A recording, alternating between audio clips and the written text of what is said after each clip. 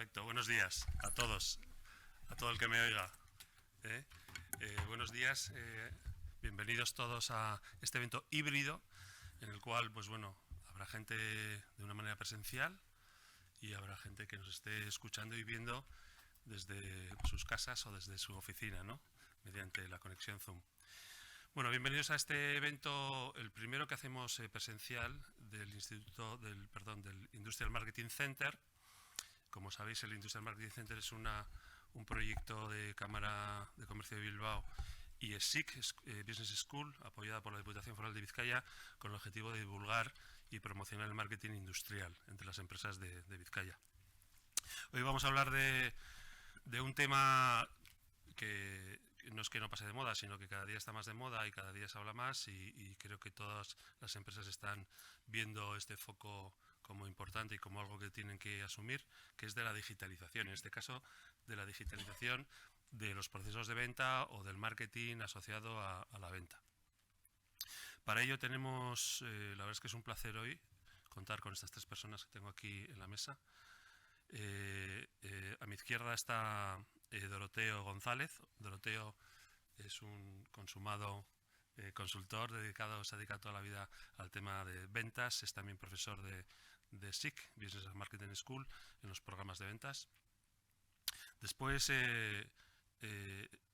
Salvador Suárez de la agencia Good Rebels nos hablará de lo que es la digitalización, el marketing en las ventas y nos contará ejemplos de cómo algunas empresas industriales, bueno, pues están acometiendo estos retos, ¿no?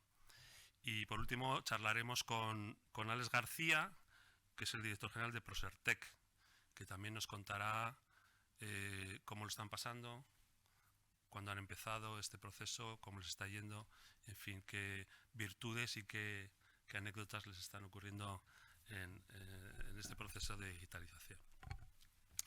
Bueno, más o menos el horario de la sesión será de un par de horas máximo y bueno, luego este evento se está grabando y lo subiremos a la web del Industrial Marketing Center. Sin más, voy a dar la palabra a Doroteo. Cuando quieras, Doroteo, todo tuyo. Pues buenos días.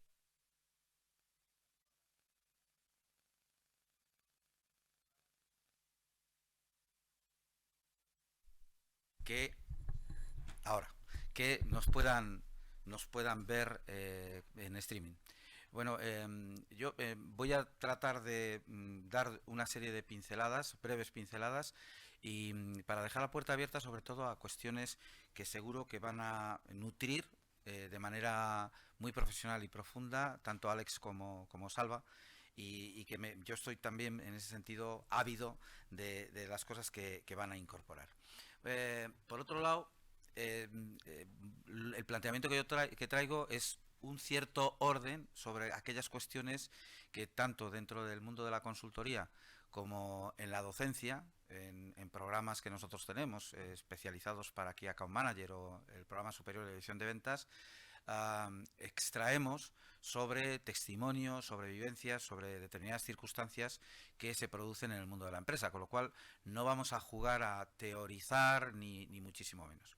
Y para anticipar la estructura yo voy a hacer tres reflexiones que de alguna forma creo que marcan el presente, y que a partir de ahí pues luego estaremos abiertos a las circunstancias que se puedan producir, las preguntas que se puedan hacer, los comentarios que podamos compartir.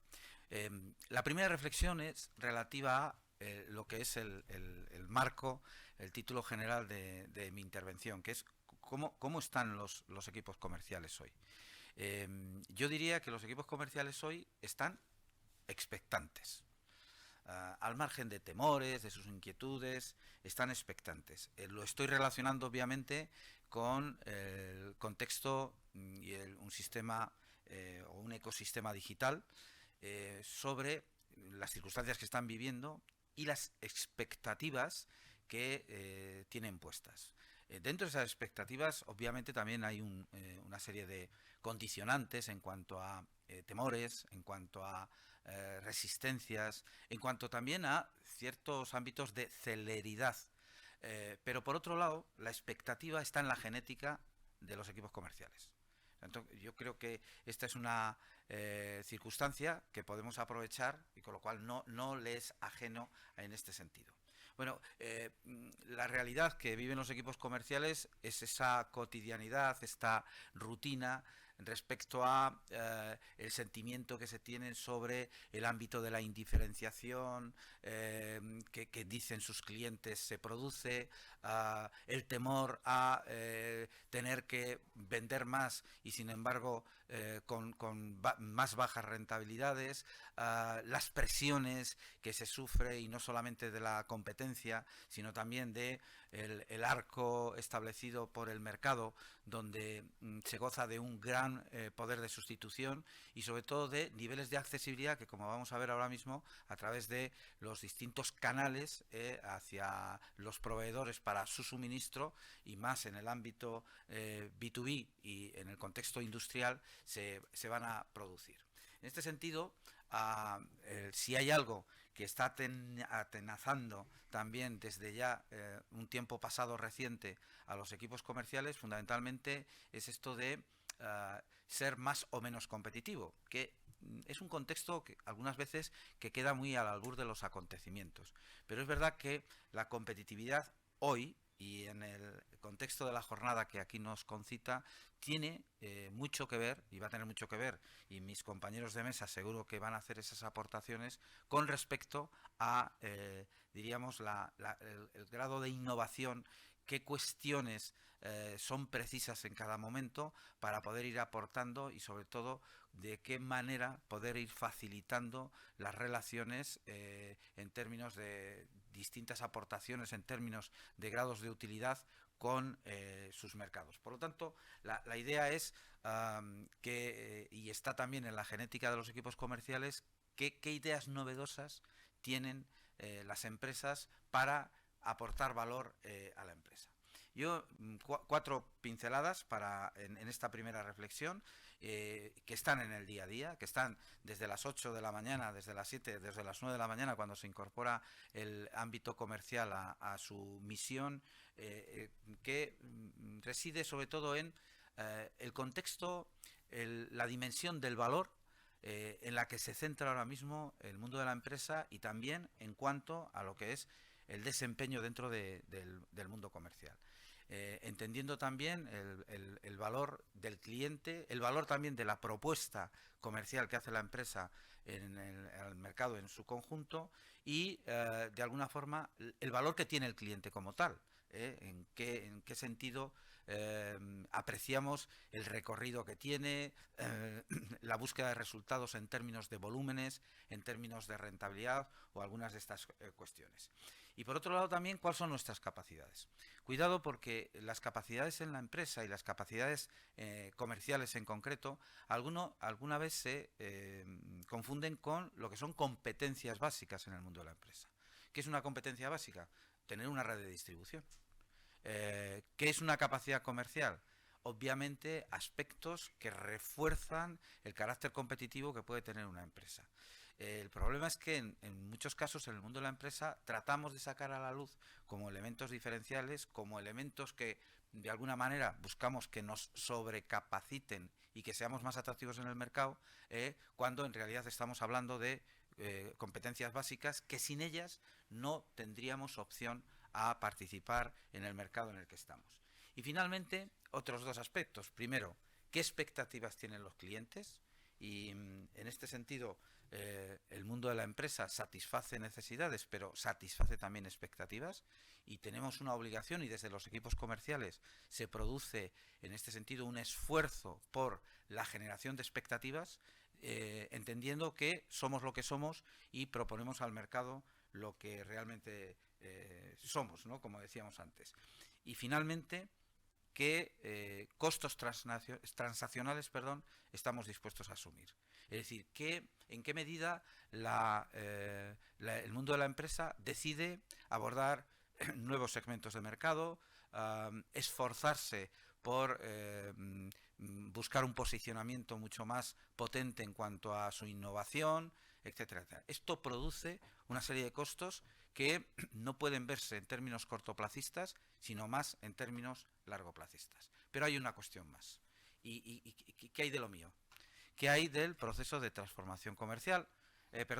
Digital, porque si ya los equipos comerciales arrastran una cierta reputación singular dentro del mundo de la empresa, yo creo que esto también está incrementando el hecho de que ciertos equipos comerciales que se nutren de personas con veteranía, vamos a dejarlo de a expresarlo de esta manera, pueden ser mucho más resistentes al cambio o, sin embargo, puede haber personas nativos digitales que en este sentido puedan ser más receptivos. Yo he vivido una experiencia recientemente en una reunión de trabajo, en una empresa, donde la fuerza de ventas Key Account Managers, con una edad media de aproximadamente 34-35 años, estaba en la reunión el director de logística y la dirección financiera. Y se debatía sobre el cumplimiento de la responsabilidad que tiene toda la empresa en el CRM, entendiendo que había una estrategia previa, CRM, para poner después en marcha un recurso tecnológico y darle satisfacción.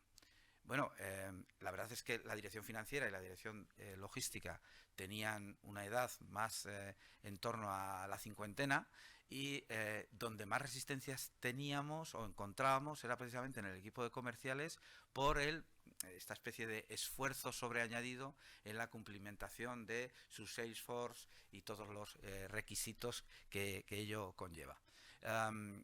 Cuando yo manifiesto estos temas en público, me dicen, oye, ¿qué pinta el director de logística o la dirección de logística o la dirección financiera en esas circunstancias? Todo porque creemos que el proceso comercial de la empresa, como organización comercial en términos supremos, es un proceso único que le afecta a todas las áreas de gestión y no solamente a los equipos comerciales. Por tanto, ahí tenemos oportunidades de buscar de qué manera vamos a conseguir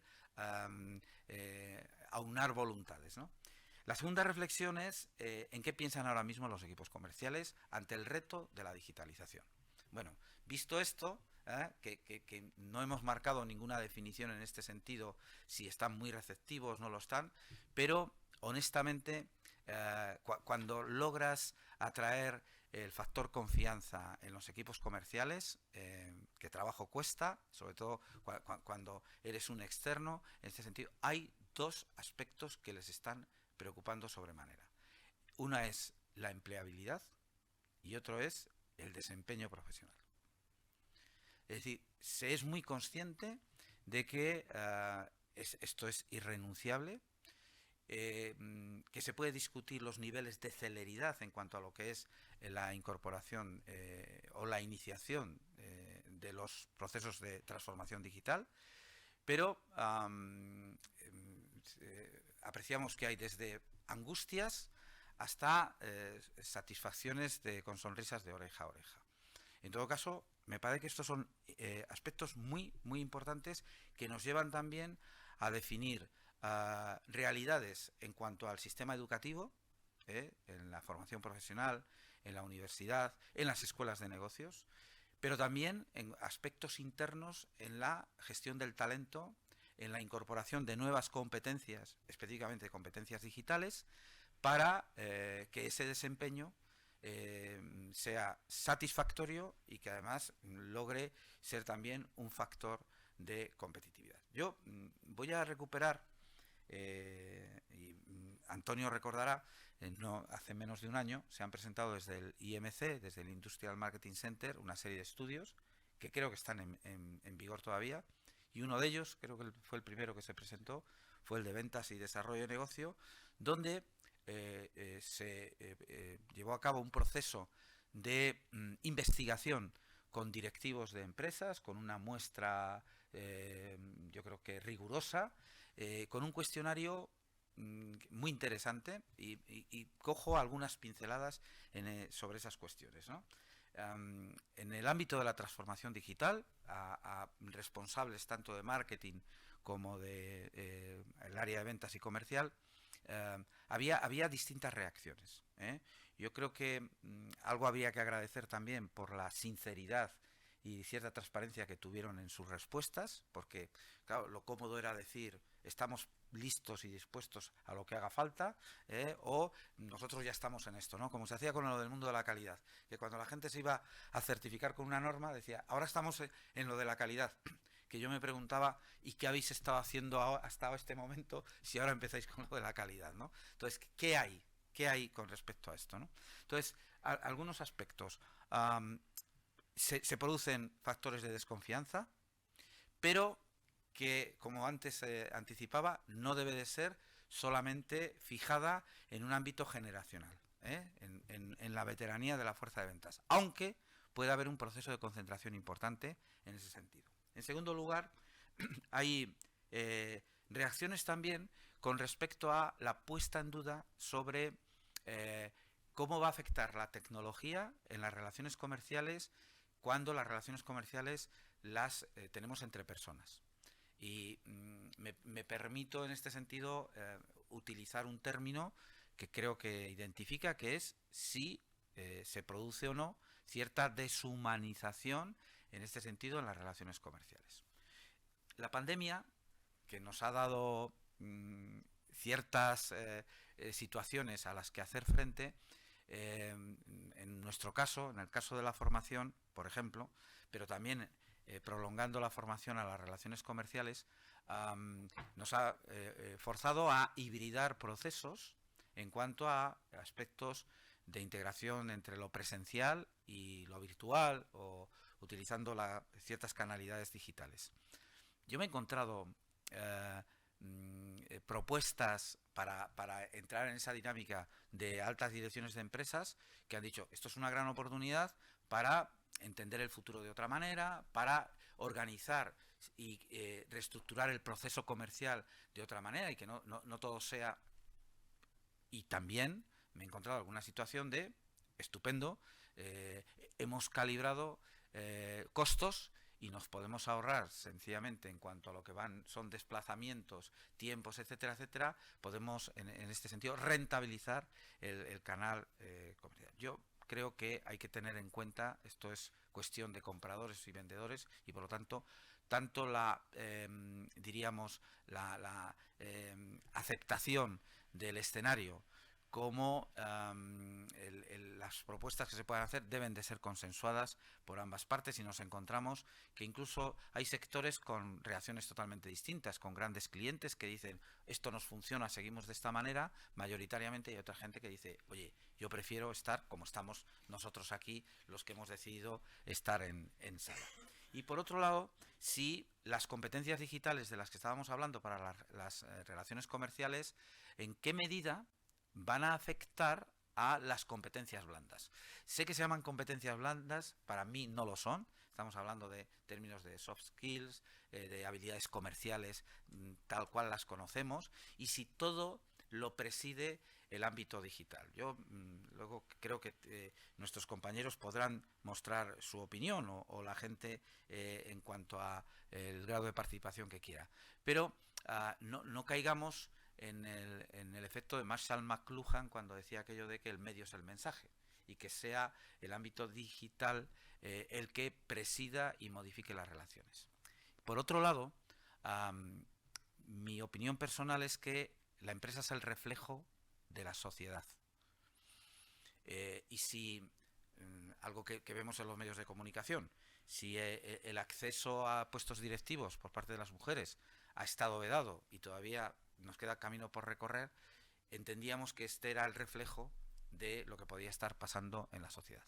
Sin embargo, en el ámbito de la digitalización, y yo estoy ávido de escuchar a mis compañeros de mesa, no sé si va a ser la empresa la que logre impactar más en la sociedad, o va a ser la sociedad de alguna manera la que establezca, diríamos, el contexto que se entiende en términos genéricos, y luego le afecte a la escuela, le afecte al mundo de la empresa y le afecte a las relaciones en su conjunto. Yo ahí lo dejo. Pero en todo caso, sí que es verdad que se producen en el mundo de la empresa, en este sentido, en el proceso de transformación digital, cambios muy profundos, y constantes dentro de lo que va a ser la organización comercial, y va a haber también ciertos elementos a los que no nos vamos a sentir ajenos, que va a ser la implementación de este tipo de herramientas, que son accesibles, pero que tienen, insisto, consecuencias. ¿Qué costo y qué capacitación?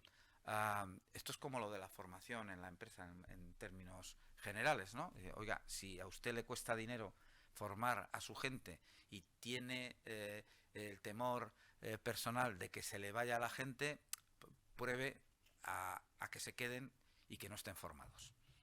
Entonces, quizás en el ámbito de la digitalización tendremos también que vivir este tipo de cuestiones. Y finalmente, en cuanto a lo que es las conclusiones que teníamos en ese primer estudio, había determinadas cuestiones, ¿no?, que hemos recogido ahí con una serie de ítems en cuanto a la relación. Es decir, la transformación digital, estamos convencidos que sí, están convencidas las fuerzas de ventas que sí, que van a aproximar procesos de captación y de fidelización de clientes, que va a mejorar o puede mejorar la experiencia cliente siempre y cuando se hagan las cosas de manera adecuada, que es una apuesta por la innovación y una serie de cuestiones. Pero sobre todo algunas conclusiones en términos de beneficios. Uno, va a automatizar flujos de trabajo, que en cuanto a aspectos ligados al error humano, yo creo que es algo muy interesante. En segundo lugar, que la incorporación de herramientas tecnológicas y en el proceso de transformación en su conjunto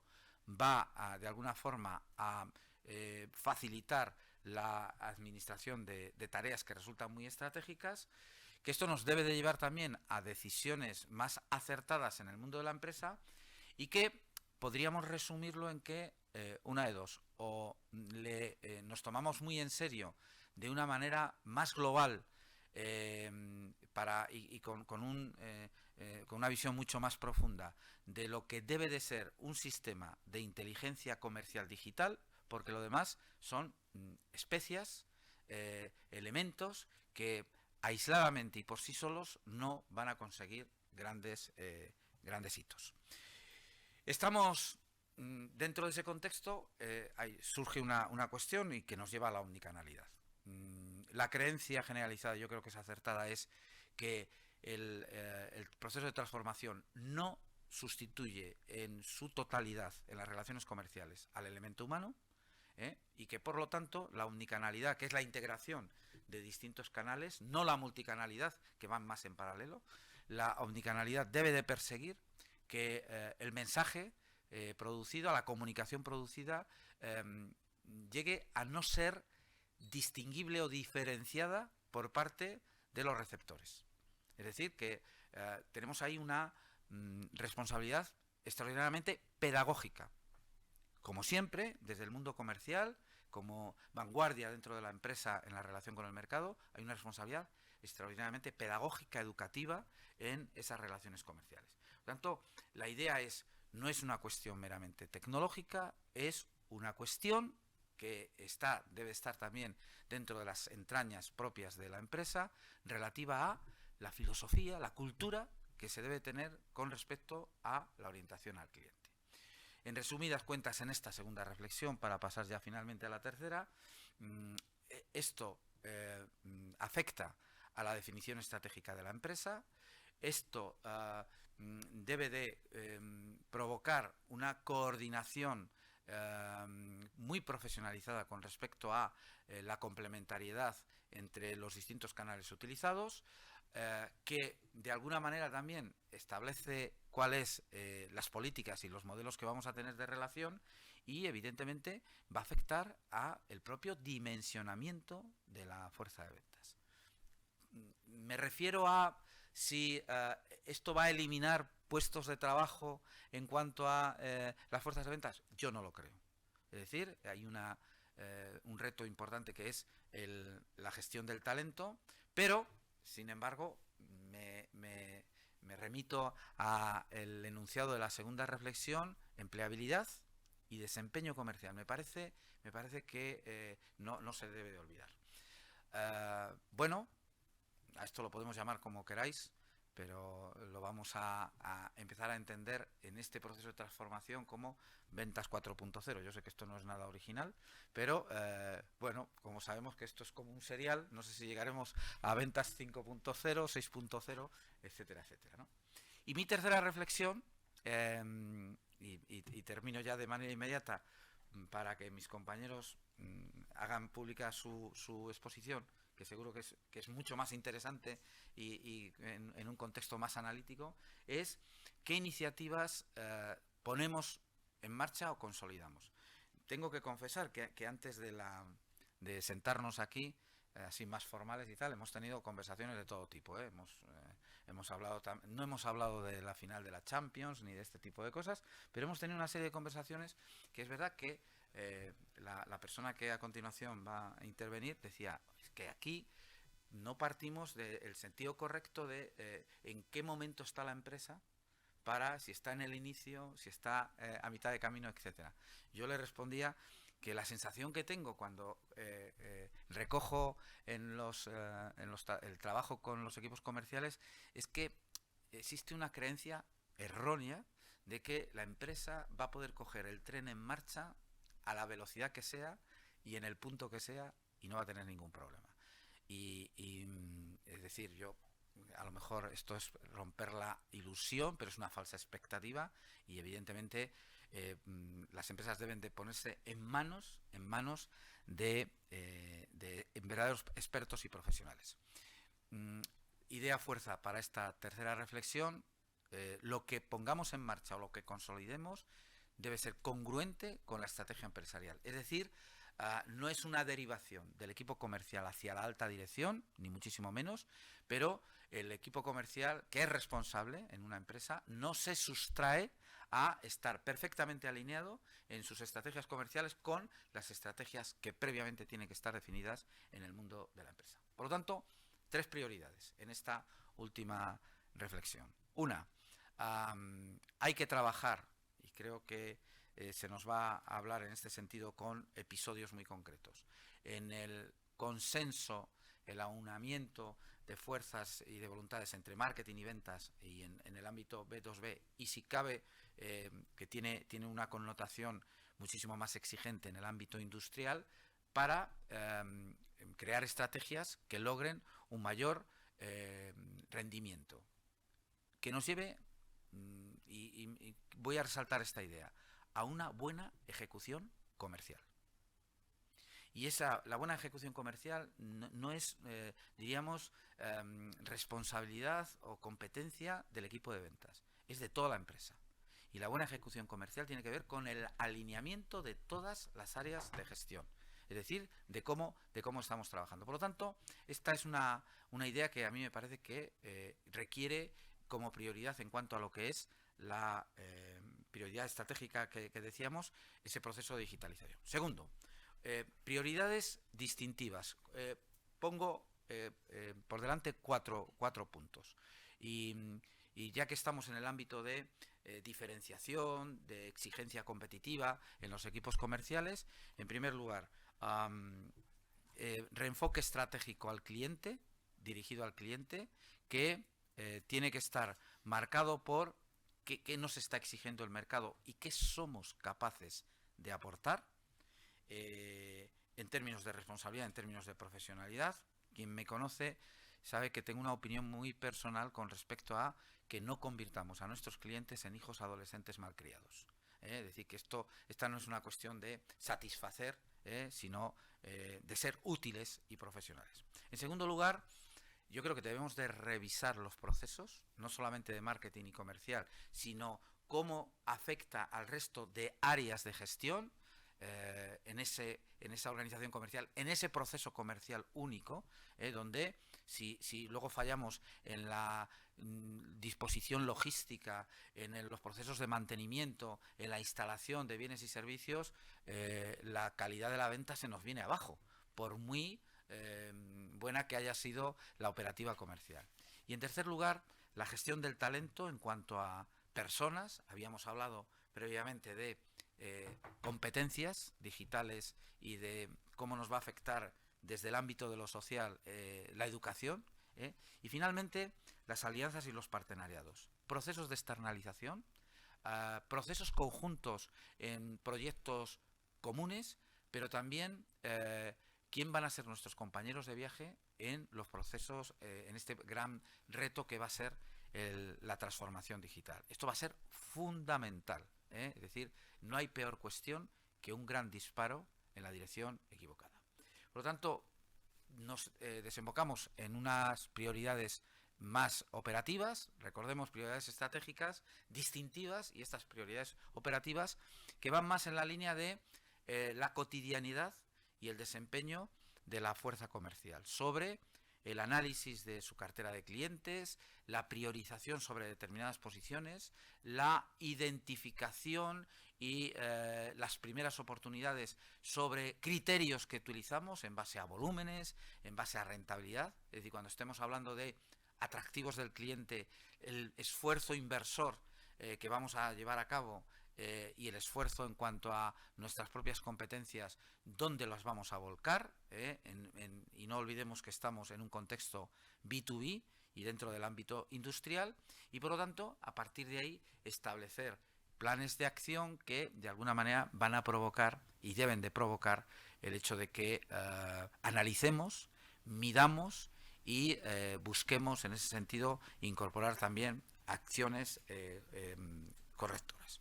Tanto la idea es, creo que nos lo tenemos que hacer mirar, creo que la forma que nos relacionamos con los clientes debe ser revisada de manera profunda y de manera continua, y que, por otro lado, también, es decir, tendremos que redefinir roles y eficacias. Es decir, en el ámbito comercial habrá que orquestar, como nunca, recursos, personas, todos los ingredientes precisos para conseguir esa productividad comercial, esa buena ejecución comercial que decíamos. Por lo tanto, mi propuesta, si cabe, es en este sentido abogar por una nueva trazabilidad comercial de la mano del proceso de transformación digital. Finalmente, un punto de vista. ¿Por dónde empezar? Tengo magníficos compañeros de mesa que nos lo van a indicar. Pero lluvia fina. Cuidado con los atracones, que son malos absolutamente para todo. Yo iría, en primer lugar, a iniciativas que sean adecuadas en base a un análisis previo de la realidad de cada empresa. Creo que un problema bien definido puede llegar a ser un problema medio resuelto y que, por lo tanto, la calidad de la resolución pasa por la calidad previa del análisis. En segundo lugar, cuidado, seamos sensatos, vamos a abordar cuestiones viables, pero además busquemos dentro de ese análisis vías de incorporar también nuestra rentabilidad, tanto a corto plazo como que tengan un alto impacto dentro de la empresa. Creo que si se trabajase, que esto estamos carentes de ello, en el mundo de la empresa, de una manera disciplinada pero tranquila y de manera también pedagógica, razonable, buscando aportaciones, democratizando el proceso a través de la participación y específicamente sobre las realidades que puede aportar los equipos comerciales. ¿Por qué? Formamos parte de una cadena de valor donde tendremos que analizar en esa cadena cómo están nuestros proveedores, qué ritmos llevan a cabo en el proceso de digitalización y qué están demandando nuestros clientes. Y sobre todo también huir de determinadas cuestiones. Pero hay muchas empresas, y quizás esto arranque alguna sonrisa de mis compañeros, que piensan que están en pleno proceso de transformación digital porque las facturas a sus clientes las mandan en PDF y ya no las mandan en papel. Entonces, estas son cuestiones que seamos serios en ese sentido. Así que si vamos consiguiendo esos hitos, en un día de inspiración como hoy, un último mensaje, y es que cuando se piensa que las cosas se acaban, no solo es importante aquello que se ha hecho, sino todo lo que queda por hacer, y agradezco en este sentido el uso del tiempo y el sentirme como en casa, querido Antonio. Así es, Doroteo, muchas gracias por esas aportaciones y las reflexiones que siempre nos dejan así un poco inquietos en el buen sentido de la palabra. Bueno, ahora... perdón, déjame... Espera.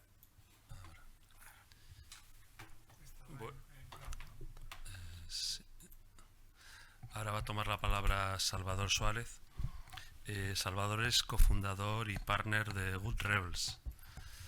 Good Rebels es una de las agencias importantes, las agencias y consultorías de marketing de España. Es la antigua Territorio Creativo, y Salvador, bueno, pues tiene una dilatada experiencia siempre desde el punto de vista digital y de marketing, tanto en España como en otros países, ¿no? Sudamérica, Inglaterra, etcétera. Sí, Salvador nos va a hablar un poco de la digitalización, el marketing y las ventas, de cómo está yendo todo este proceso y de cómo están afrontando las empresas esta transformación. Salvador, cuando quieras. Muchas gracias. Bueno, yo me pongo de pie, es que cuando estoy sentado parezco un político y me pongo nervioso. Entonces necesito estar de pie. ¿Se me oye bien?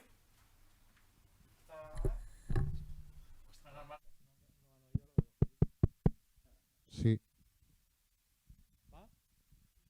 Va, me dicen que se oye. Bueno, yo lo primero que quería hacer es agradecer al Industrial Marketing Center, pues que haya hecho posible que hoy estemos aquí, la gente que está desde la oficina o desde casa, a la Cámara de Comercio, y a Antonio, porque realmente el organizar estos eventos requiere mucho esfuerzo, coordinar, preparar las presentaciones. Bueno, pues es un esfuerzo para compartir el conocimiento, la experiencia que tenemos con los demás, y creo que eso siempre es algo positivo.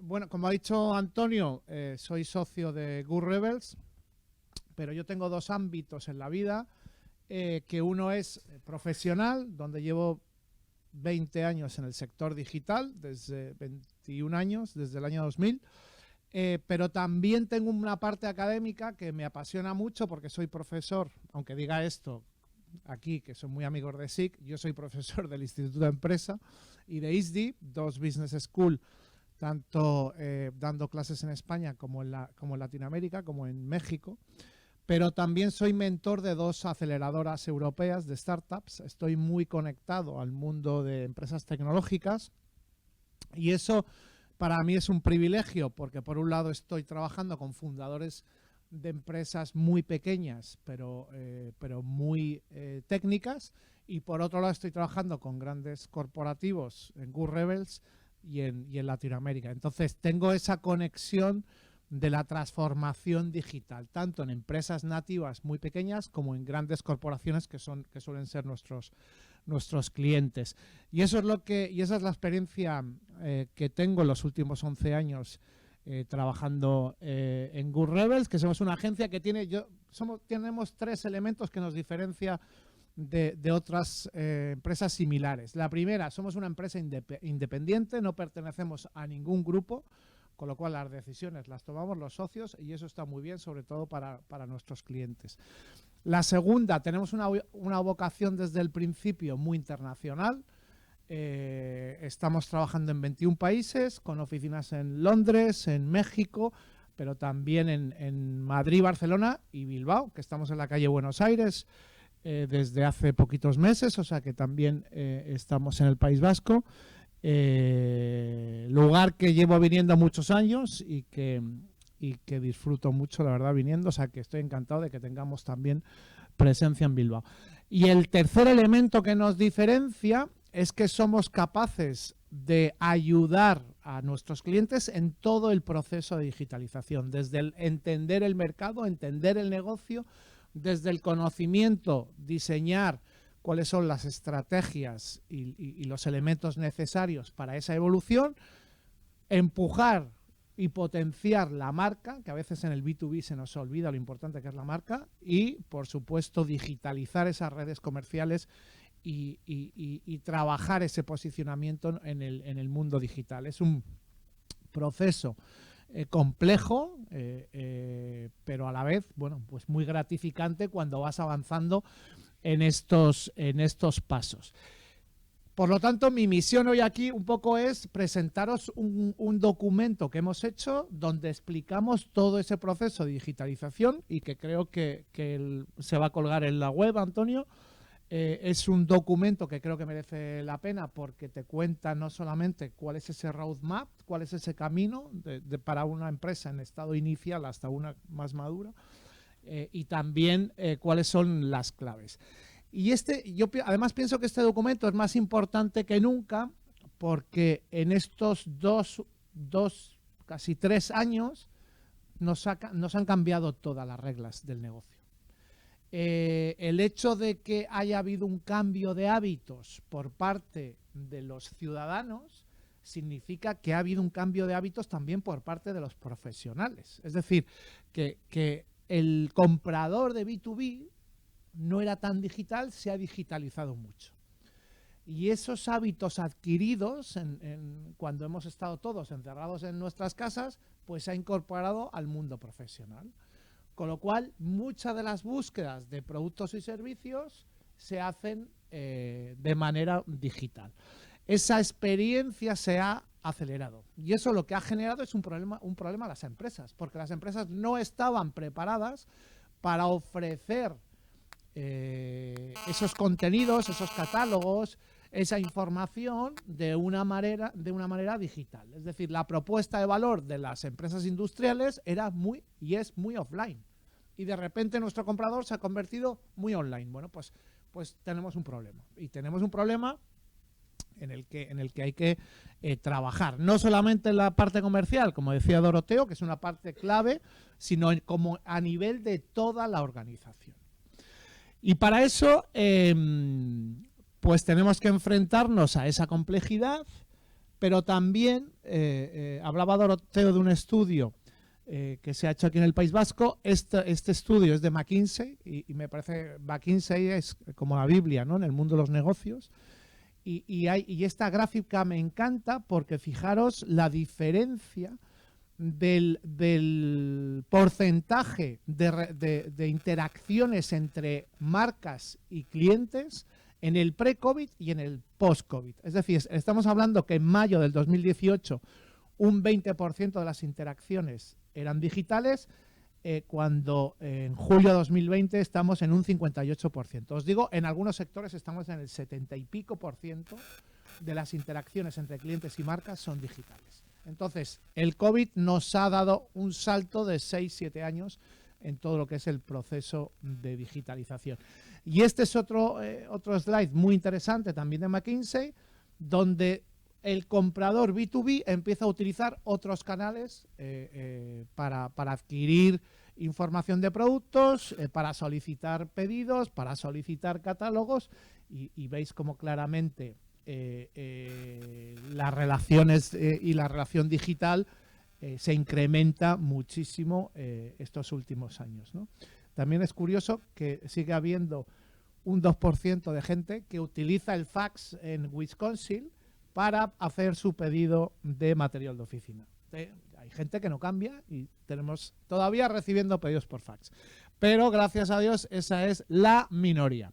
Por lo tanto, nos enfrentamos a un nuevo comprador B2B que demanda autoservicio, es decir, demanda que pensar en vuestros distribuidores, ya no solamente en los clientes, gente que está distribuyendo vuestros productos y que ese acceso, la oportunidad de que tengáis toda esa información de una manera sencilla, mejorando la experiencia de los clientes, de los distribuidores a la hora de acceder a la información de vuestros productos y servicios, porque son mucho más independientes y lo que quieren es ellos de una manera asíncrona.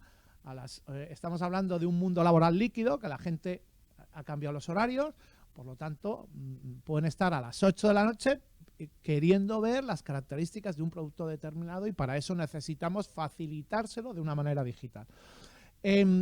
Para eso también hay que mejorar esa experiencia en nuestros activos digitales. Seguimos viendo plataformas web antiguas, sin acceso a la información, sin un concepto de usabilidad y de mejorar esa experiencia, el acceso a la información, y eso es otro elemento que hay que trabajar. La generación del contenido, es decir, nosotros tenemos clientes con catálogos que pesan 3 kilos. O sea, si veis cómo son los catálogos, es enorme. Bueno, pues el ejercicio es en ser capaces de trasladar de una manera con calidad ese contenido y llevarlo a nuestras plataformas. Porque es cómo nos están demandando ahora mismo la información en muchos casos. Y luego el trabajar la marca, que en el B2B se nos ha olvidado que necesitamos que en el entorno digital también la gente hable bien de nosotros o nos recomiende o comparta nuestro contenido, ¿no? Parecía que era solo para el mundo B2C, pues no, en el B2B cada vez hay más empresas más digitalizadas y también necesitamos ser competitivos en ese entorno. Por tanto, hay oportunidades. Cuando hay cambios a velocidades tan altas, lo que surgen son oportunidades. Aquellas empresas que de verdad deciden enfrentarse a este proceso y las que les cuesta más, ¿no? ¿Por qué? Porque es un cambio cultural, ¿no? Antes lo decía Doroteo, es decir, no es un tema de tecnología, no, es que, y es lo que vamos a hablar con Alex, o somos capaces de transmitir a los propietarios, a los accionistas, al comité de dirección, que tenemos que dedicar parte de las inversiones a poder digitalizar nuestra propuesta de valor, o si no, vamos a estar en un entorno competitivo en un nivel desfavorable frente a otros. Y por eso ese cambio cultural y ese cambio de mentalidad de entender que estamos viviendo un nuevo contexto post-COVID, pues a veces cuesta, porque la gente, una de las principales barreras de los cambios es que yo llevo haciendo esto toda la vida de esta manera, me cuesta cambiar. Y nos cuesta cambiar al ser humano. En el momento en que somos capaces de entender este nuevo contexto, sí hay relaciones más sólidas con el comprador B2B. Si tú consigues dar las herramientas y las facilidades a ese comprador, tu conexión no solamente es por parte de los comerciales, sino que también esa información la tenemos como inteligencia de negocio en la compañía. Se trata de, hasta ahora en muchas compañías se estaba trabajando como silos, ¿no? Por un lado el equipo comercial, por otro lado el equipo de marketing, por otro lado operaciones. Lo que hace la tecnología es romper esos silos y conectar esa inteligencia de negocio. Es decir, marketing es un área de apoyo a comercial, pero si trabajan de manera independiente, esas sinergias no se producen. Necesitamos integrarles y la tecnología y los datos nos ayudan a esa integración. Y también la capacidad de entender que nuestro producto físico lo tenemos que pasar a digital. Es decir, necesitamos que la gente sea capaz de entender cuáles son esas características, esos atributos que nos hacen ser más favorables a que nos compren a nosotros y no a nuestros competidores. Y esos atributos tenemos que potenciarlos digitalmente. Por lo tanto, las tres grandes palancas de la digitalización, la primera es, estamos en un entorno muy competitivo, nos enfrentamos a empresas chinas, americanas, europeas, o somos capaces de potenciar los atributos positivos de nuestra marca o lo vamos a tener complicado. Por lo tanto, presencia digital. ¿Cuál es nuestra presencia digital? Es una web. Esa web está posicionada en Google. Si la gente está buscando servicios en Google y queremos vender en Alemania, ¿cuál es nuestro posicionamiento en Alemania? Alguien se está encargando de que nuestro ecosistema digital esté posicionado en los distintos mercados. El branding, ¿qué estoy haciendo para potenciar? Estoy en LinkedIn, estoy generando contenido relevante del sector para que la gente me conozca. Y, por supuesto, ¿qué tipo de contenidos tenemos? Si te vas a tu web, esa web, ¿cuántos años tiene? Representa la calidad de los productos que vendemos, representa a nuestra organización. Que igual que cuando abrimos una tienda física nos preocupamos de que esa tienda, ese retail esté perfectamente trabajado a nivel interiorismo, pues una web es la imagen de la compañía, es la tarjeta de visita. Muchas veces no le damos la importancia, sobre todo porque en el entorno B2B no solamente es un ámbito de branding, es un ámbito transaccional. Esa plataforma tiene que dar servicio a distribuidores, a comerciales y a clientes, y eso requiere generar propuestas, de contenidos, características de producto, imágenes 3D, depende de lo que vendamos. Os he traído algunos ejemplos, más recientes. Nextil es una empresa industrial que son fábricas que hacen tejidos para marcas. Es una empresa española, pero también tienen fábricas en distintos países. Y lo que les hemos hecho es toda la plataforma de marca, es decir, el actualizar la marca que tenían, modernizarla y luego tener lo que llamamos un brand book, que es cómo hay que cuidar esa marca en cualquier ámbito, en los catálogos, en la web, en su LinkedIn, es decir, que esa marca tenga y mantenga los valores. No solamente cuando hablamos de plataforma de marca no estamos hablando de un logo, de un código visual, sino estamos hablando de la historia de esa compañía, del propósito de esa compañía. Ahora las empresas también en este cambio de estos últimos años empezamos a necesitar un propósito. ¿Por qué nuestra compañía aporta algo a esta sociedad? ¿Qué sentido tiene que exista esta empresa? ¿Generamos algún beneficio? Pues eso viene en la plataforma de marca. ¿Cuál es nuestra misión? ¿Cuáles son nuestros valores? Y luego eso, lógicamente, también, y cómo visualmente representamos eso para que la gente cuando vea nuestro logo o nuestros colores nos identifique. Este ejemplo es una empresa alimentaria que lo que hacen es pan. O sea, hacen pan para hostelería. Son holandeses y una de las cosas que nos pidieron es que querían de alguna manera que su marca y su contenido no fuera el típico contenido aburrido, ¿no?, de las empresas industriales. Con lo cual ahí pusimos a trabajar a los creativos y a los diseñadores para que los contenidos de esta empresa que fabrica panes pues se distinguiera de sus competidores y generaran visualmente códigos mucho más atractivos. Incluso hicimos varios vídeos, que os voy a poner uno cortito, para transmitir esta nueva imagen. Baking means endless possibilities. Go beyond the expected and push further than you think you're even capable. Veggies have no limits. Achieve the best possible outcome without fear or doubt. The courage to cook what others won't. What is baking with veggies then? Having the confidence to create what you want. To add flavour, textures, to get out of your comfort zone. To jump right in front of what may be ordinary and say, bring colour on. It's easy to make a difference, to bake a difference. You just have to bake Rebel.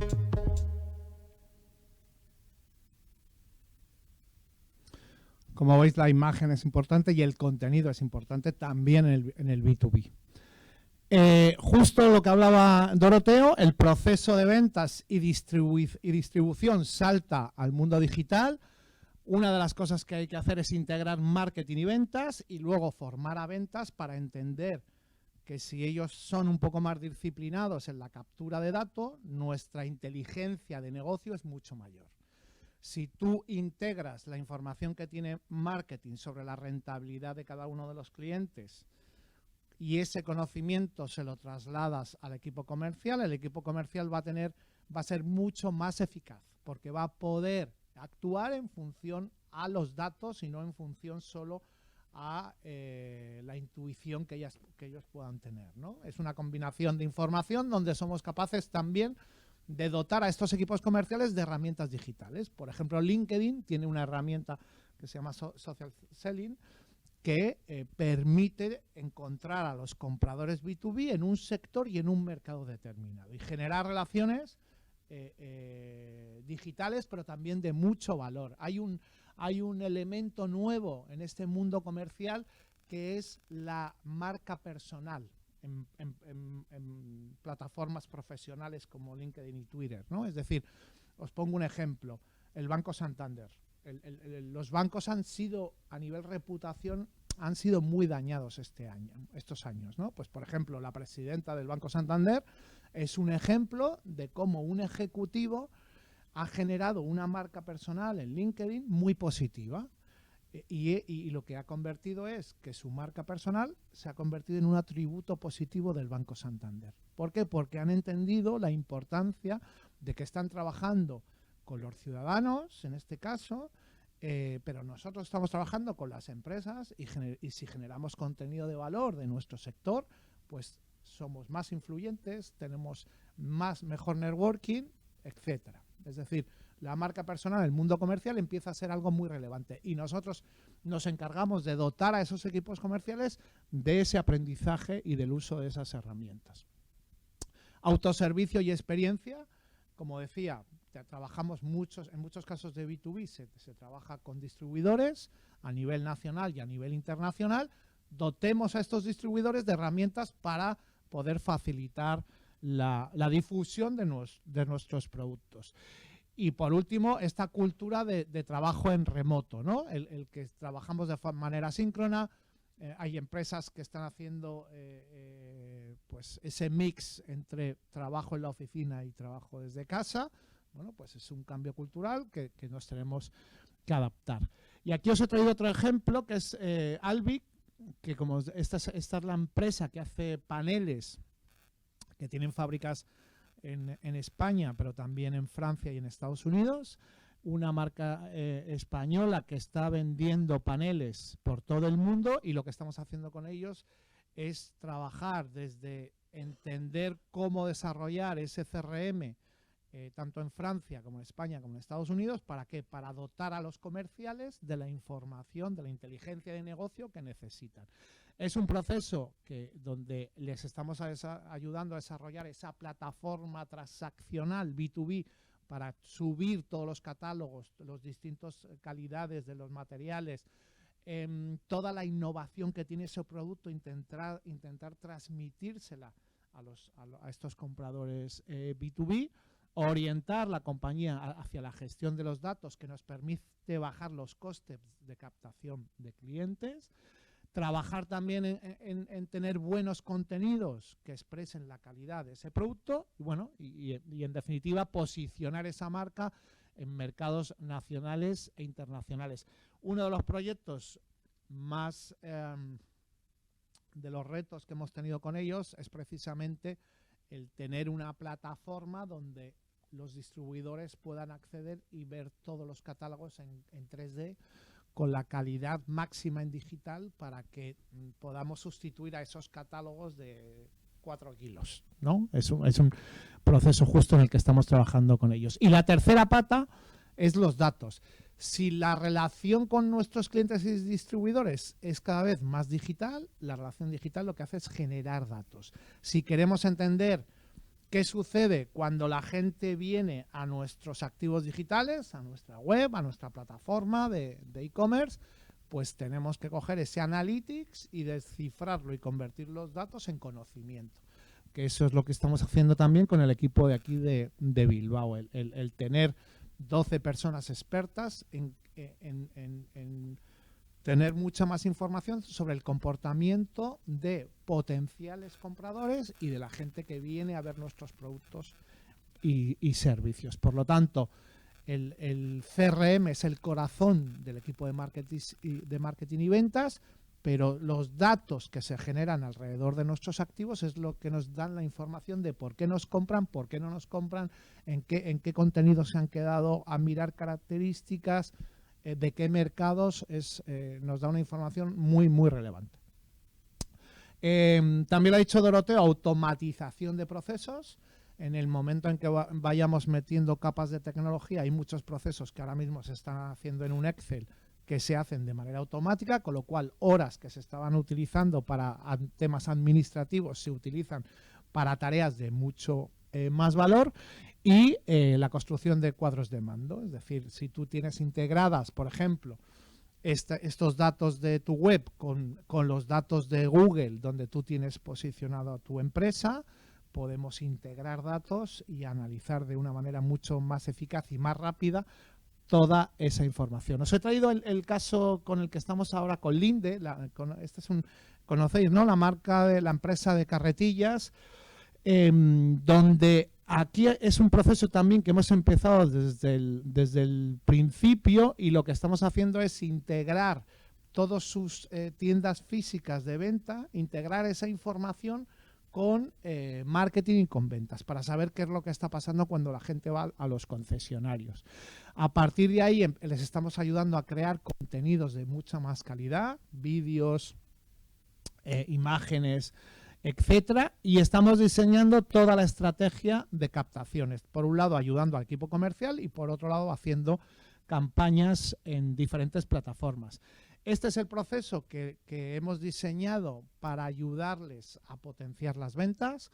Fijaros que al final estamos utilizando las dos estrategias. Inbound son estrategias menos agresivas, que es sobre todo trabajar el posicionamiento en Google. Cuando alguien está buscando carretillas en cualquier lugar de Europa, que el contenido que encuentran sea muy potente para que pidan información y conseguir esos leads. Les estamos ayudando también en las ferias, es decir, ellos van a ferias por toda Europa, y lo que hacemos es apoyar digitalmente esa presencia en ferias. Por ejemplo, ellos invierten mucho dinero en montar un stand, pues lo que hacemos nosotros es, antes de la feria, ver cuáles son el perfil de potenciales compradores en Múnich, y hacer campañas segmentadas a esos potenciales clientes, que es muy probable que además vayan a esa feria, ¿no? O sea, que hacemos el impacto preferia para que cuando vengan ya sepan quiénes somos y se acerquen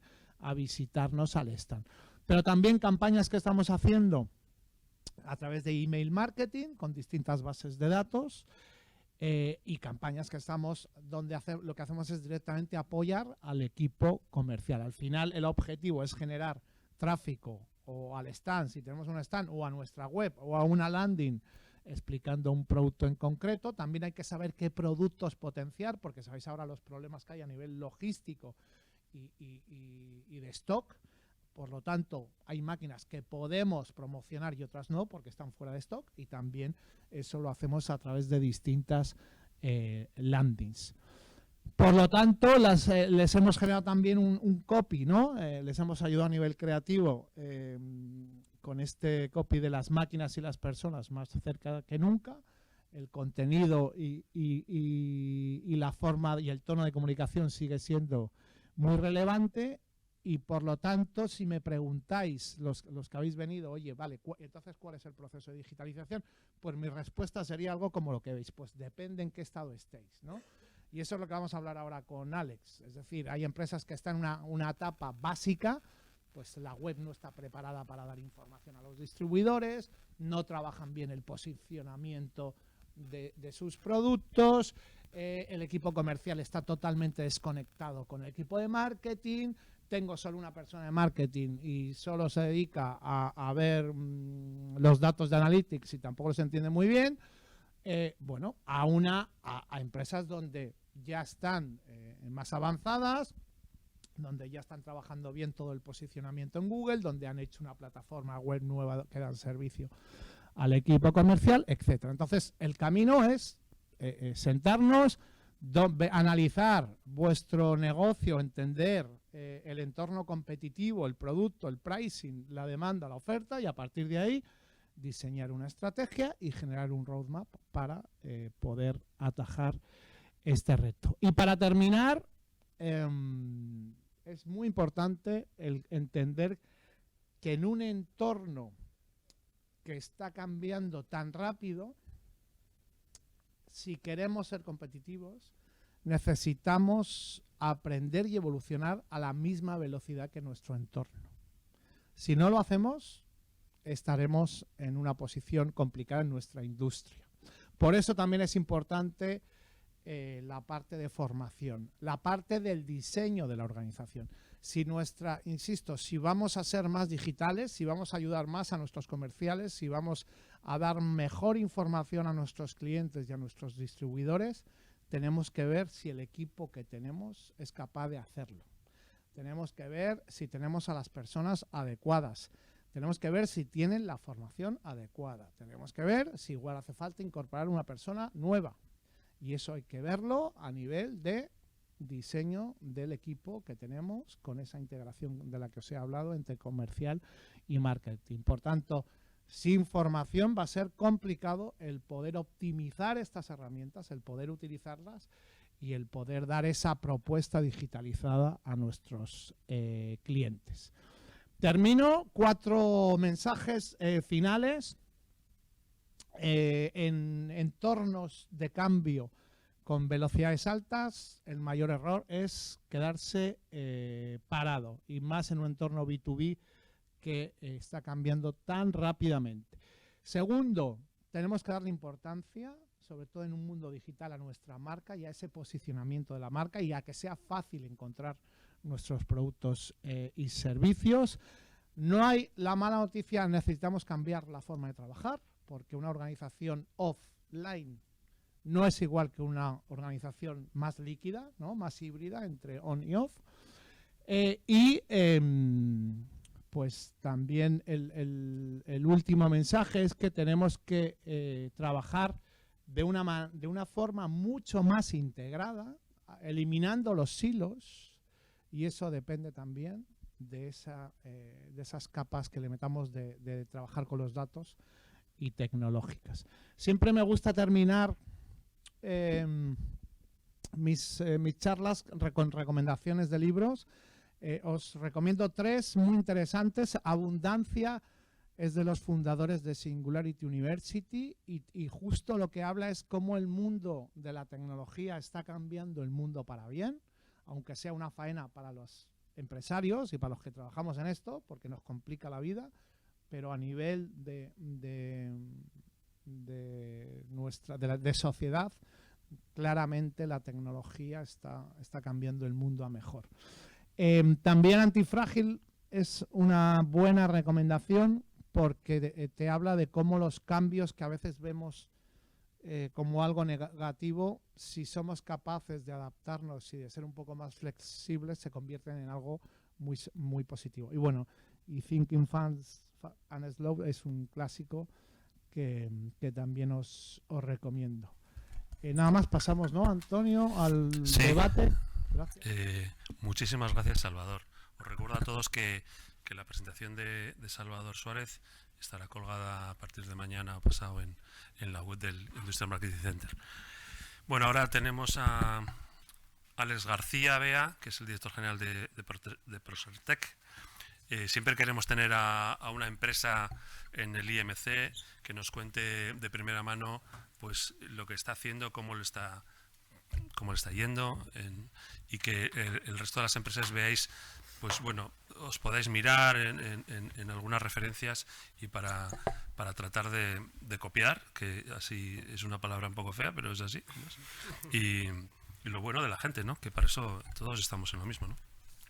Bueno, Prosertec es una empresa muy conocida, es un líder europeo en la producción de equipamiento portuario, que aunque está en Santurce, pues sé que tiene sedes en otros países, ¿no?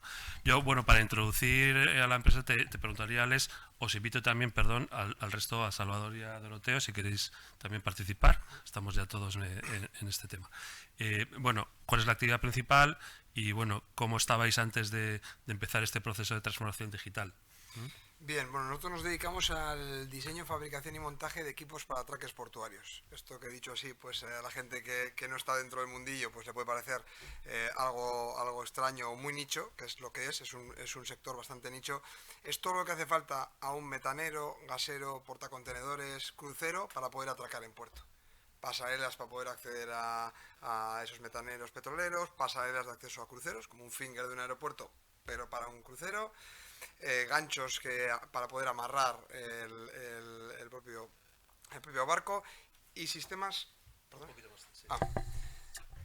de monitorización, que lo que permiten es al práctico, que es la persona del puerto que se sube para la maniobra de atraque, pues le permite ver distancia, inclinación, velocidad, lo que se hacía antiguamente pues de manera pues bastante arcaica, como tira a babor, tira a estribor, pues ahora con sistemas de láseres, datos, predicciones meteorológicas, etcétera. Eso es lo que hacemos.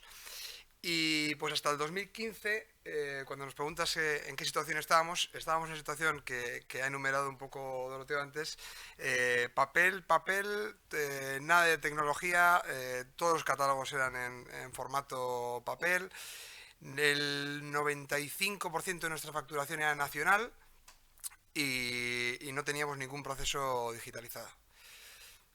Al final, ¿cómo evoluciona todo esto, no? Pues bueno, lo que empezó con la crisis del 2008, a nosotros a ser un sector bastante nicho, empieza más tarde y alrededor del 2014, pues bueno, las ventas ya han bajado lo suficiente como para que la propiedad tenga que tomar una decisión. La decisión es muy sencilla, es o sigo apostando por este modelo y puede ser que en un par de años tenga que cerrar, o apuesto por intentar un cambio con una dirección general externa y en ese punto es lo que hacen, ¿no?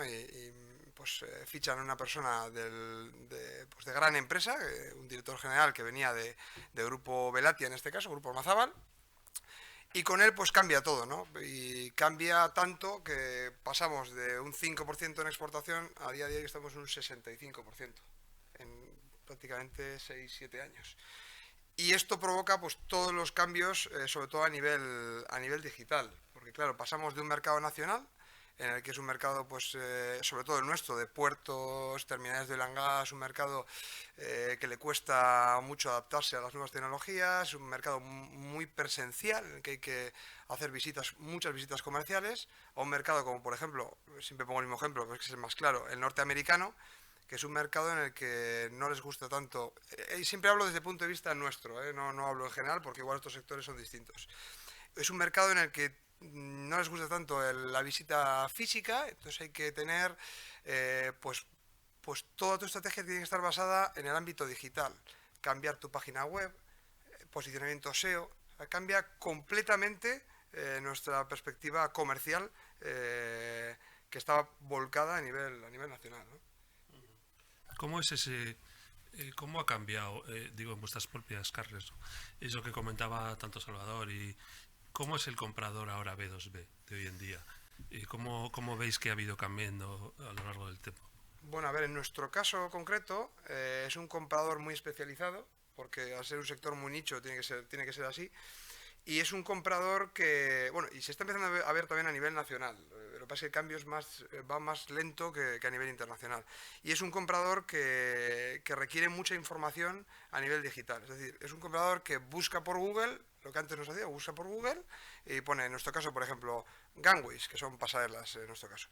Gangways, y quiere obtener en esa primera página de Google, pues esas empresas a nivel internacional que se dedican a fabricar gangways. Claro, eso antes, en nuestro caso, tenía que ver mucho a nivel nacional con esa presencia, que te conociesen todos los puertos, y claro, a nivel internacional esto ya no vale. Aparte de Estados Unidos, por ejemplo, en concreto, es casi como un continente entero. Con lo cual, claro, no puedes estar continuamente teniendo presencia en todos lados, ¿no? Entonces, pues cambia el paradigma digital. Claro, intuyo que, no sé qué es antes, ¿no? Quiere decir que al haber compradores de todo el mundo, que a los que tenéis que atender, o ha sido al revés, es decir, gracias a todo lo que habéis hecho, habéis conseguido más compradores de todo el mundo. En nuestro caso fue un tema de necesidad, ¿no? Es decir, nosotros teníamos que salir, como muchas otras empresas, teníamos que salir al exterior porque el mercado nacional se había caído, y analizando pues cómo era ese tipo de comprador B2B a nivel internacional, vimos que teníamos que cambiar toda la estrategia digital a nivel comercial. Entonces fue un poco viendo cómo eran esos actores principales, pues cambiamos la estrategia de la empresa. Sí, ahora te iba a preguntar eso. Así un poco la historia, por dónde habéis empezado y qué es lo primero que hicisteis. Bueno, no solo desde el punto de vista sino esa reflexión que has comentado antes, pero si nos puedes ampliar un poquito. Sí, nosotros al final lo que nos planteamos es, mira, tenemos que salir al exterior y tenemos que ver en los mercados internacionales cómo posicionar nuestro producto. Vimos que, claro, vender en el mercado nacional a nivel de rentabilidad muchas veces no tiene nada que ver con vender a nivel internacional. Entonces, al final, empezamos por un proceso de decir, vale, necesito tener datos de mi propio producto a nivel de rentabilidad para saber dónde estoy a nivel internacional, en esas licitaciones internacionales, etcétera. Entonces, empezamos por todo lo que tiene que ver con un ERP. Antiguamente se hacían todas las cosas, pues obviamente con Excel, mucho papel a mano, y empezamos por el ERP, para tener datos. Después de tener el ERP, pues dijimos, bueno, o al mismo tiempo más bien dijimos, tenemos que posicionar nuestra marca en Estados Unidos. Y esto parte al final por buscar un partner, en este caso encontramos en su momento aquí en Bilbao, al que me acuerdo que en las primeras conversaciones le planteamos, ¿y cómo posicionamos nuestro producto, que es un producto industrial, en Estados Unidos? Y se me antojaba bastante complicado, ¿no? Porque al final no es como otro producto B2C, o que es más fácil, bajo mi punto de vista, ignorancia igual, más fácil posicionarlo. Y ellos me decían, pues sí, que sí se puede hacer. O sea, al final tienes que hacer una estrategia de posicionamiento, cambio de la página web, digitalización de tus contenidos, crear un blog en el que crees contenido de calidad para generar interacciones con tu página web y que a su vez te genere conexiones tanto en LinkedIn, presencia en redes, todo eso a la vez es lo que pusimos en marcha, datos y por otro lado posicionamiento en el mercado norteamericano. Y luego vino posteriormente pues la digitalización de toda la parte comercial.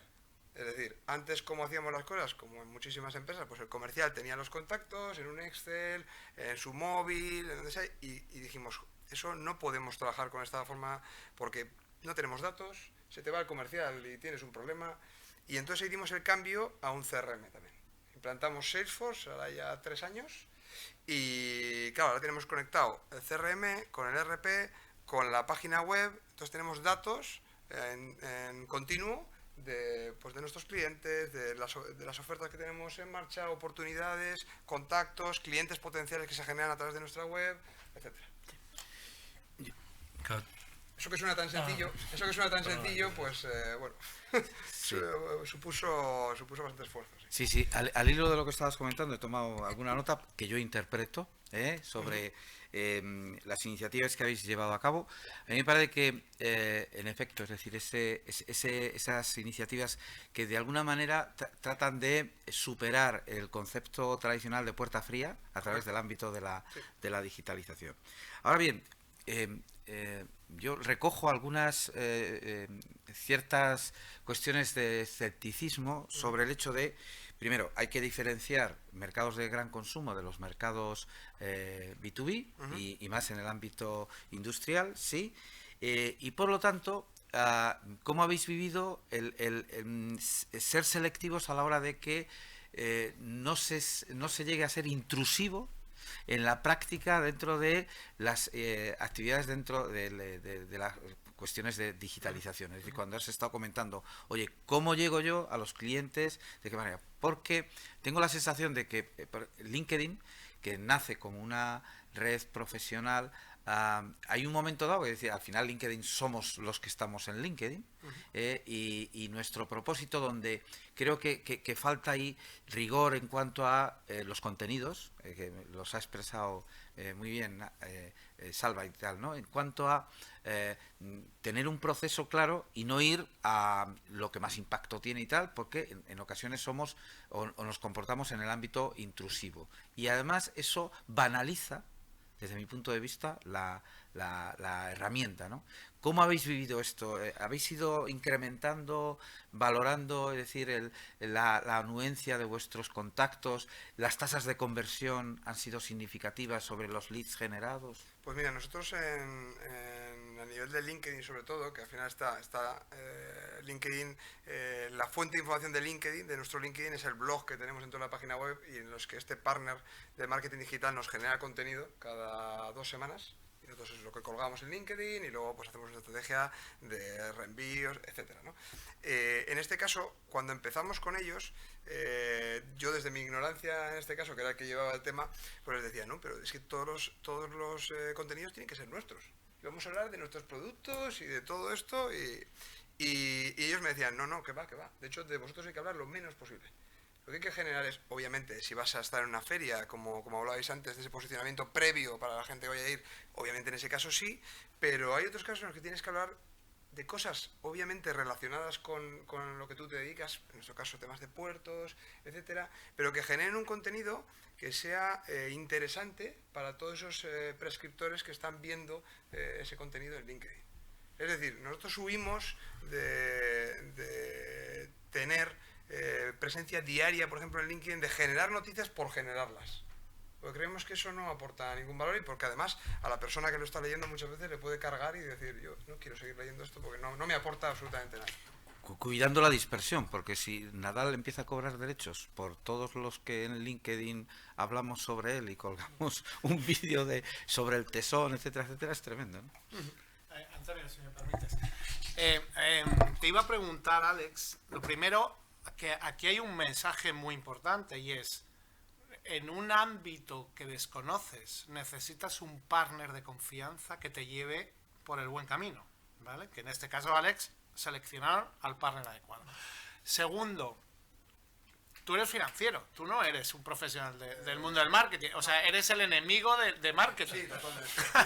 Entonces, todavía tiene más valor el que alguien que lo que busca es el retorno de la inversión entienda lo que es el valor de la marca, de los contenidos y el potenciar en este ámbito que utiliza códigos distintos, porque efectivamente tú lo que tienes que hacer es generar un contenido que sea relevante, no el estar todo el día hablando de tus productos, porque ahí no generas interés. En el momento que te conviertes relevante tienes más capacidad de influencia, en el momento que tienes más influencia tienes más alcance, con lo cual haces más marca y vendes más, y eso es porque tuviste la visión de dejarte aconsejar por gente que son expertos en eso. Igual que tú tampoco hubieras entendido, oye, hay que hacer una web nueva y hay que potenciar la marca, porque no es... O sea, tu formación no viene por ahí. No hay directivos tan fáciles de que tengan ese entendimiento de poder decir. No, yo siempre he entendido, de hecho, que los expertos, hay que dejarse aconsejar por los expertos. Al final, nosotros ya tenemos el día a día de todo lo que tiene que ver con la rentabilidad de nuestros productos, etcétera. Si también nos metemos en temas de posicionamiento y no nos dejamos aconsejar por ese partner externo que nos tiene que ayudar en todo este proceso, estamos muertos. De hecho, lo comentabais antes, y es cierto, desde mi posición de director financiero hasta hace poco tiempo, que ahora he cogido la dirección general, en todos los procesos en los que nos estuvimos metidos de transformación digital, como pueden ser un RP, un CRM, fue muy necesaria la participación de todas las áreas de la empresa. Es decir, en un CRM no solo es importante la participación del área comercial, tiene que participar todo el mundo. Y es muy importante tener personas clave dentro de cada área de la empresa que puedan traccionar para poder implantar de manera adecuada ese software o esa herramienta o lo que sea en cada caso. Si no, estás muerto. Eso, y obviamente una dirección general que tenga muy claro hacia dónde va y que tenga que ser muy resiliente, porque con esto hay, como habéis comentado antes, hay muchas barreras que no te permiten implantar rápido estas soluciones, ¿no? Sí, la verdad es que, bueno, antes ha comentado también Doroteo el tema del CRM, ¿no? Con la gente de logística, la gente de financiero, etc. Vamos a hacer un kick, en vez de tecnología vamos a hablar de cultura, vamos a hablar de personas, ¿no? Digo, en tu empresa, pues bueno, también supongo que se habrán removido cosas. Quería saber cómo llevan, desde el punto de vista de las personas, cómo llevan estos temas de transformación, ¿no? Quiero decir que hay mucha resistencia, hay poca... Bueno, ¿cómo lo habéis vivido? Bueno, nosotros, como os he comentado, en 2015 teníamos un 95% de facturación nacional. Con lo cual, claro, el perfil que tienes para vender a nivel nacional muchas veces, bueno, no solo de vender, sino entender problemas financieros, etcétera, no te vale para todo este cambio que tuvimos que dar. Y obviamente eso pasa por, no voy a engañar a nadie, hay gente que se adapta y gente que no se adapta y que obviamente hay que cambiar y hay que prescindir de ellos y contratar a otros profesionales. Muchas veces tiene que ver con un perfil tecnológico, en nuestro caso, por nuestro producto, hay perfiles que tienen que tener unas aptitudes determinadas porque sí, pues las tienen que tener, telecomunicaciones, electrónica, etcétera, pero luego tiene mucho que ver con temas de actitudes. Yo siempre he pensado que, bueno, y de hecho un compañero me decía una frase que yo creo que es muy acertada, que es, hay gente que no sabe y gente que nunca va a saber. Y esa gente que nunca va a saber es porque no quiere saber, no quiere aprender, no quiere cambiar. Y esa gente tenemos que tener claro que el tardar en tomar una decisión en una empresa pues puede suponer ralentizar todo ese proceso. Suena muy duro, pero es que es así. Al final necesitas rodearte de gente que quiera el cambio, que quiera adaptarse, que quiera mejorar. Pero muchas veces yo me he encontrado, por lo menos en mi experiencia, más problemas con el tema de actitud que con aptitudes. Sí. Muchos más. Sí, yo me parece que es muy importante, es decir, ese esfuerzo pedagógico tanto interno como externo. Ahí esta es una habilidad directiva que se tendrá que fortalecer por parte de los equipos que tienen las máximas responsabilidades. Y mi opinión en ese sentido, yo creo que debe de ir por la vía del empoderamiento frente a la tecnología, es decir, que nadie sea ajeno, y romper también un cierto mito que se está construyendo ahora mismo, que el nuevo Becerro de Oro es el algoritmo. Es decir, que pues esta es la cuestión, ¿no? Ya bromeamos con ello, ¿no? Es decir, ¿qué dice el algoritmo, ¿no? Entonces, lo que diga el algoritmo. Pero es verdad que estoy muy de acuerdo contigo. Es decir, eso requiere que culturalmente hay cosas previas que no debemos obviar y que desgraciadamente no se respetan, que es, vamos a preparar a la organización, vamos a preparar a las personas sin temor, etcétera, a un proceso de transformación, a un proceso de cambio, como hemos vivido otros, como se vivió en su momento la revolución industrial, que seguro que no se fijó en ese proceso de cambio. Entonces esto requiere esa anuencia, esa transversalidad de todos los departamentos. Y luego entender también que, por ejemplo, el CRM no es una herramienta de control, sino es una herramienta de gestión. Eso es complicado. Ya, bueno, no, pero es que esto es lo que provoca Sí, ciertos es verdad. rechazos en muchos casos, cierto, ¿no? es cierto. Pero ¿sabes por qué? Porque es verdad que se ha utilizado años atrás como herramienta exclusivamente de control y no de gestión. Eso es cultura pura y dura de la empresa, ¿no? Que muchas veces, al final llegamos muchas veces a ese tema, ¿no? Cómo piensa la empresa que en el final es o la propiedad, el comité de dirección, etcétera, ¿no? Antonio, déjame. Hay una cosa que no estoy de acuerdo con Doroteo, Venga. que dijo en la presentación. Dijiste que la empresa tiene una cultura muy asociada a la sociedad, ¿no?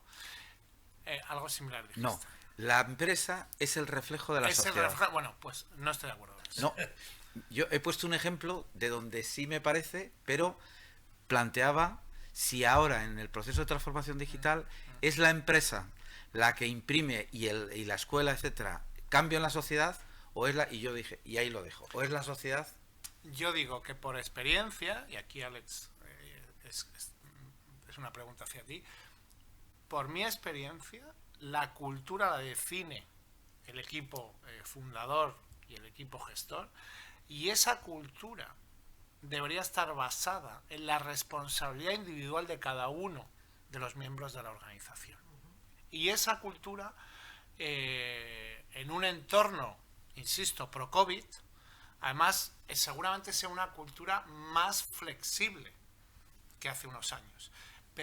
Y eso supone cambios que no sé, Alex, si han sido fáciles de... No, a ver, nosotros en nuestro caso efectivamente supuso una reflexión interna por parte del comité de dirección. Nosotros no teníamos definida la misión, visión, valores de la empresa, entonces todo esto empezó con esa reflexión. ¿Por qué? Pues porque al final de ahí nace todo. Al final teníamos que tener claro que teníamos que definir los valores de la empresa para que toda aquella persona que perteneciese a nuestra empresa tenía que intentar cumplir con esos valores. Esos valores, en nuestro caso son 4, son responsabilidad, resiliencia, orientación al negocio y liderazgo. Y tenemos volcado toda la estrategia de personas en que la gente cumpla con esos valores. Porque si no, entonces cuando tú decías de sociedad hacia empresa o empresa hacia sociedad, nosotros teníamos claro que el comienzo fue en la propia sociedad, ¿no? O sea, perdón, en la propia empresa, no en la sociedad, en nuestro caso. Y además, nosotros en este caso nos adelantamos a la sociedad en algún caso. Nosotros teníamos un proyecto en 2020, un proyecto de Scorecard dentro del plan de gestión de mi área financiera, que era virtualizar todas las reuniones de proyectos y tal a través de Teams, etcétera. Entonces empezamos en enero del 2020 y en marzo del 2020 nos confinan a todos. Es decir, nosotros ya teníamos adelantado todo eso, pero aún así tuvimos que hacer un esfuerzo muy grande para volcar absolutamente todo a Teams, a todas estas herramientas digitales, ¿no?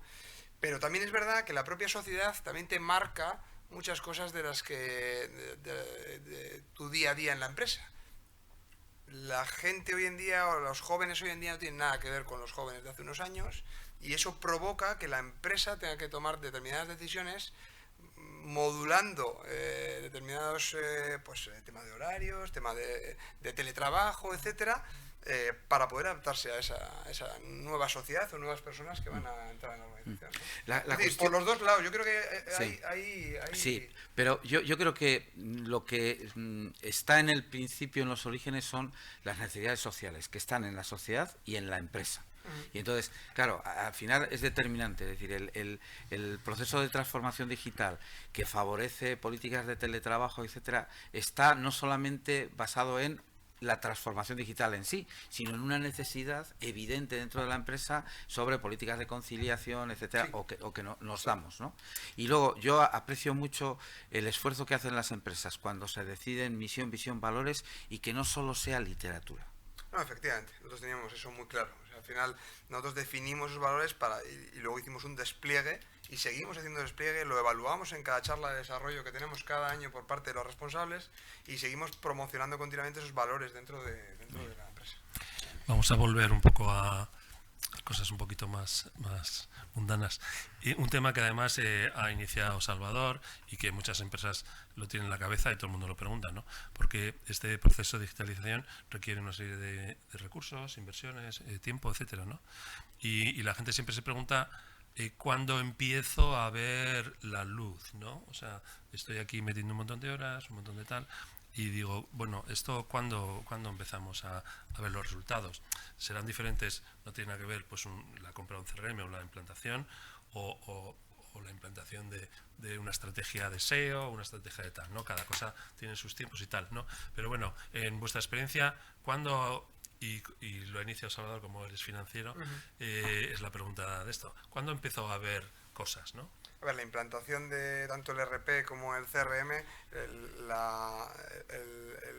payback de esa inversión es instantáneo. Al final obtienes datos una vez que lo has implantado, ya empiezas a obtener datos y ya el rendimiento de todas esas implantaciones pues es muy clara y muy rápida.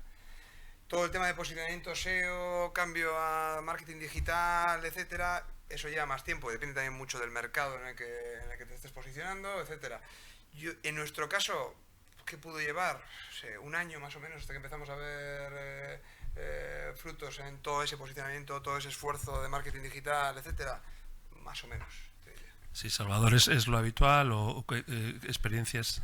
Lo ha hecho muy bien, Alex. Sí. Depende del sector y de la industria. Por ejemplo, una de las estrategias que estamos haciendo es el SEO es largo plazo, porque tú sabes que trabajar en SEO requiere tiempo, requiere generar contenido, requiere el etiquetaje correcto, etcétera.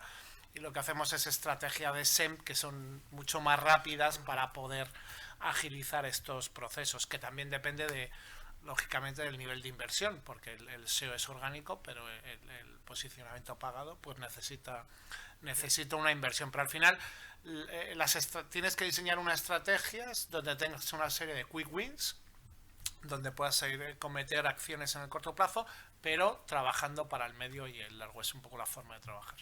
Obviamente en nuestro caso sí que diré que la inversión inicial fue mucho más fuerte que la que luego se ha ido manteniendo en el tiempo, porque obviamente cuando no tienes nada, pues obviamente tienes que invertir, eso nadie se le escapa, no tienes que hacer una inversión fuerte, pero que al final con el tiempo te va dando rendimiento. Eso sí, tienes que mantener esa inversión, no tan fuerte como decía, pero mantenida en el tiempo, porque como dejes de hacer posicionamiento, como dejes de hacer esas estrategias de marketing, en poco tiempo, esto es como en la selva, que vas a machetazos, y cuando ya te estás yendo, ya se está cerrando otra vez todo. Eso sí que es verdad, que hay que mantenerlo en el tiempo. Sí, vamos a ir acabando y te quiero preguntar, en general, a toda la mesa, ¿qué necesidades de cultura, formación, requiere este el equipo comercial hoy en día, ¿no? Quiere decir que todo el mundo, yo creo que lo habéis tocado de alguna manera o de otra, pero un poco para hacer un buen resumen, ¿qué nuevas habilidades, qué formación tiene que ser muy digital, no hace falta, va aprendiendo, no sé si son actitudes, ¿qué necesita desde ese punto de vista un equipo comercial hoy en día? Bueno, bajo mi punto de vista, Es un tema de actitudes, precisamente, como decía antes, pero obviamente también tiene que haber una formación técnica en esas habilidades tecnológicas que comentábamos desde un punto de vista de marketing, desde un punto de vista de CRM, desde un punto de vista de conocimiento. Pero insisto que para mí es más un tema de actitudes que de formación pura y dura. Si la gente, las personas quieren aprender a hacer cosas desde un punto de vista digital o transformarse digitalmente, yo creo que prácticamente el 90% de la gente es posible el cambio, vamos. Eso es mi... Yo estoy... O sea, creo que una de esas características también tiene que ser la adaptabilidad.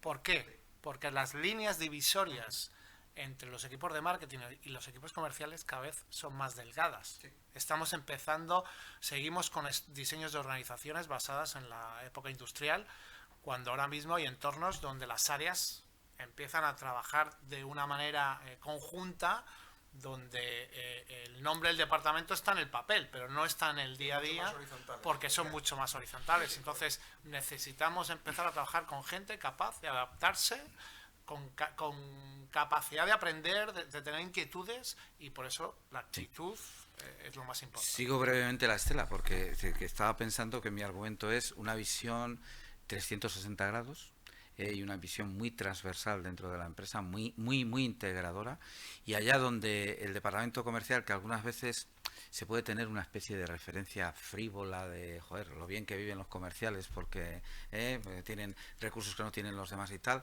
yo le animo a los equipos comerciales y en concreto a la dirección comercial que se haga sitio en estos proyectos, aunque sea a codazos. Es decir, que es totalmente necesario. Y eso requiere que para el equipo comercial tenga una visión que no puede ser de otra manera, con transformación digital o sin transformación digital, directiva, dentro de lo que es el ámbito de la empresa, y un predicamento, un proceso de evangelización compartido entre todos sobre la conveniencia de integrar estas cuestiones.